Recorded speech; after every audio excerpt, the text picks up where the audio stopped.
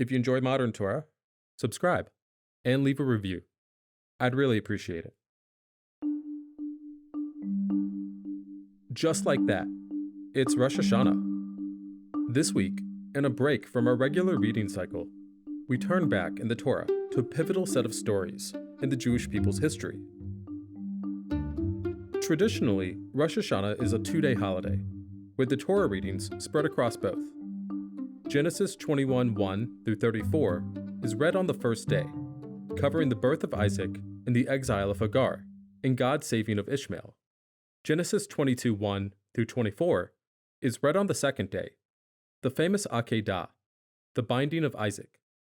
Coming at the beginning of a season of repentance, it's no surprise that God's test of Abraham's faith occupies a central place in our Rosh Hashanah rituals. In fact, in Reform Jewish communities around the world, the Akedah is read on the first day, instead of on the second.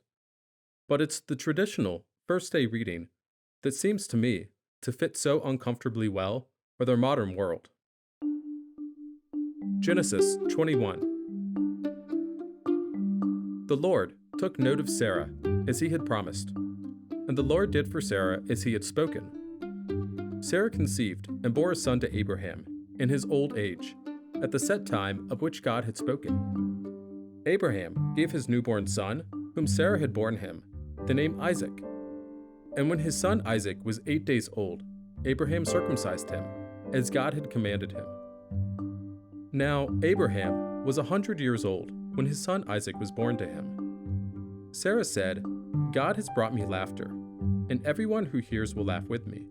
And she added, "Who would have said to Abraham that Sarah would suckle children? Yet I have borne him a son in his old age." The child grew up and was weaned, and Abraham held a great feast on the day that Isaac was weaned. Sarah saw the son, whom Hagar the Egyptian had borne to Abraham, playing. She said to Abraham, "Cast out that slave woman and her son, for the son of that slave shall not share in the inheritance with my son Isaac." The matter distressed Abraham greatly, for it concerned a son of his. But God said to Abraham, "Do not be distressed over the boy or your slave. Whatever Sarah tells you, do as she says, for it is through Isaac that offspring shall be continued for you. As for the son of the slave woman, I will make a nation of him too, for he is your seed." Early next morning, Abraham took some bread and a skin of water and gave them to Hagar. He placed them over her shoulder, together with the child, and sent her away, and she wandered about in the wilderness of Beersheba. When the water was gone from the skin, she left the child under one of the bushes, and went and sat down at a distance, a bow shot away, for she thought, "Let me not look on as the child dies." And sitting thus afar, she burst into tears. God heard the cry of the boy, and an angel of God called to Hagar from heaven and said to her, "What troubles you, Hagar? Fear not, for God has heeded the cry of the boy, where he is. Come, lift up the boy and hold him by the hand, for I will make a great nation of him." Then God opened her eyes, and she saw a well of water. She went and filled the skin with water, and let the boy drink. God was with the boy, and he grew up. He dwelt in the wilderness, and became a bowman. He lived in the wilderness of Paran, and his mother got a wife for him in the land of Egypt. A friend of mine this week told me about the food bank in the basement of a church across the street from his home. Twice a week, people line up down the block, and for weeks he's been watching the line continue to grow. Our world is littered with disparities, as some people crowd food banks, while others line up to purchase bankrupt companies, doubling down on their own future. Wealth inequality has been growing in the United States for decades, but never has the gap felt more real than during this pandemic, as people are literally forced to choose between paying rent and buying food, and that gap only seems to be growing wider. Rosh Hashanah, the birth of the new year, is commonly associated with fertility. Rabbinic tradition holds that God helped 3 women, Sarah, Rachel, and Hannah, conceive on Rosh Hashanah. And yet, this celebration of new life is contrasted with the harrowing image of Hagar, alone in the desert sands, weeping feet away from her son, as he cries what she fears might be his final breaths. It's hard to fathom the degree of desperation that led Hagar to lay Ishmael down in the bushes and sit out of sight so at least she didn't have to watch her son die.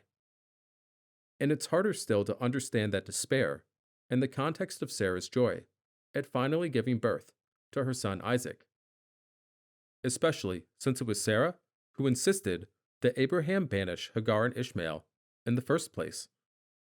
2020 has put every one of us through a spin cycle, and we're only now starting to learn what that means. As we begin a new season, one filled with joyous holidays and reasons to celebrate from now until the end of December, it's important that we start here, with the story of two people whose lives completely spun around, one for the better and the other not so much. Everything in life is fleeting, and that which seems most permanent can be the quickest to change. Sarah never imagined conceiving a child at her age, just as Hagar likely never imagined she and Ishmael would be cast aside so easily. The world we return to when we're all able to gather in person and hug each other again has to be better than the one we left. We've sacrificed too much to have it any other way. But if the lines at the food banks are any indication, we're not succeeding. We can't always count on a miracle to save us, to help us conceive a child at the age of 90, or open our eyes to see a well that previously wasn't there.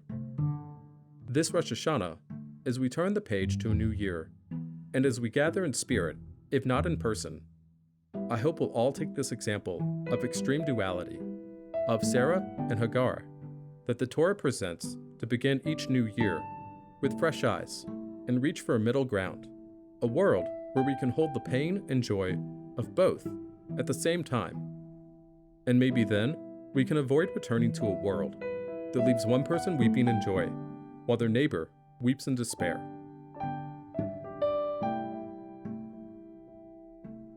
Shabbat Shalom and Shana Tova.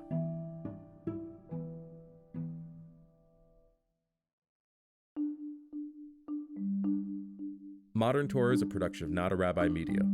For more information about this or any of our other podcasts, visit notarabbi.media.